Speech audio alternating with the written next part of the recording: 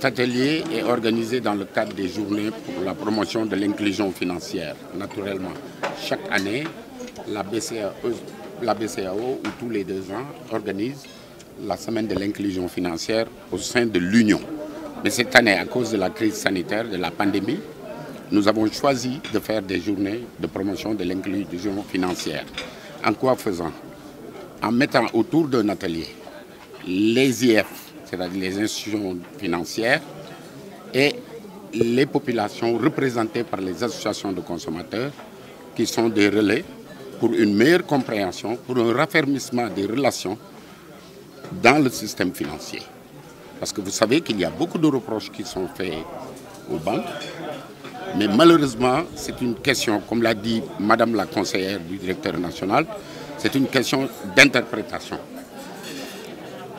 Alors, nous avons jugé nécessaire de mettre autour d'un atelier les 2 acteurs sous la supervision naturellement du régulateur qui assure la supervision prudentielle et la supervision de l'Observatoire de la qualité des services financiers qui supervise la conduite du marché.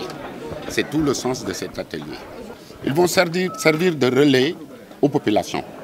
Parce que dans cette inclusion, pour mieux protéger les clients, il faut d'abord une éducation financière.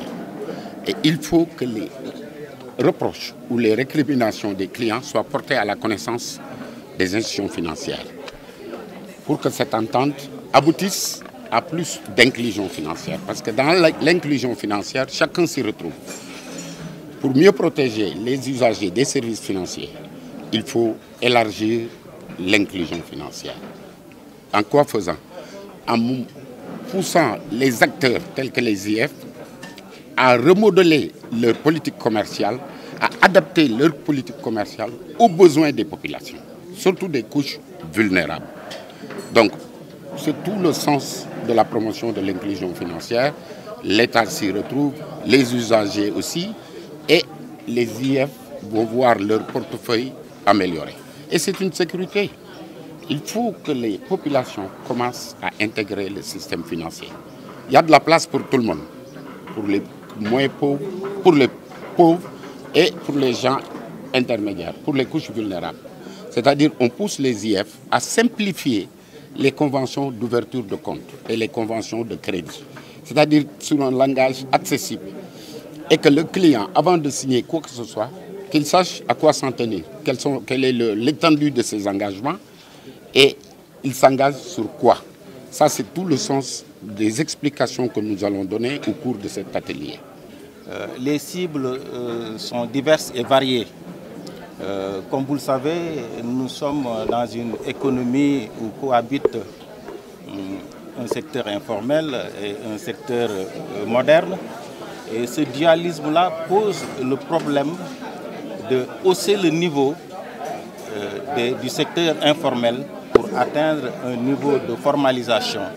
Et c'est dans ce cadre-là que nous travaillons d'arrache-pied avec des campagnes de sensibilisation, des campagnes d'éducation. Ce n'est pas seulement au niveau des villes, mais les villages les plus reculés pour toucher les paysans, les pasteurs, les pêcheurs, et pour leur apprendre ce qu'est l'inclusion financière. Parce que dans cet exercice, je crois que tout le monde est gagnant, y compris à savoir l'État et les cibles. Et c'est pour cela que nous avons un programme annuel de développement stratégique pour toucher cette cible-là. Et nous sommes en train de dérouler ce programme-là et cette journée d'inclusion financière est tout simplement un prétexte pour nous pour toucher ces cibles-là.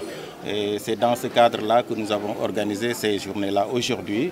Et jusqu'à la fin de l'année, nous avons aussi d'autres programmes pour toucher les artisans et d'autres cibles.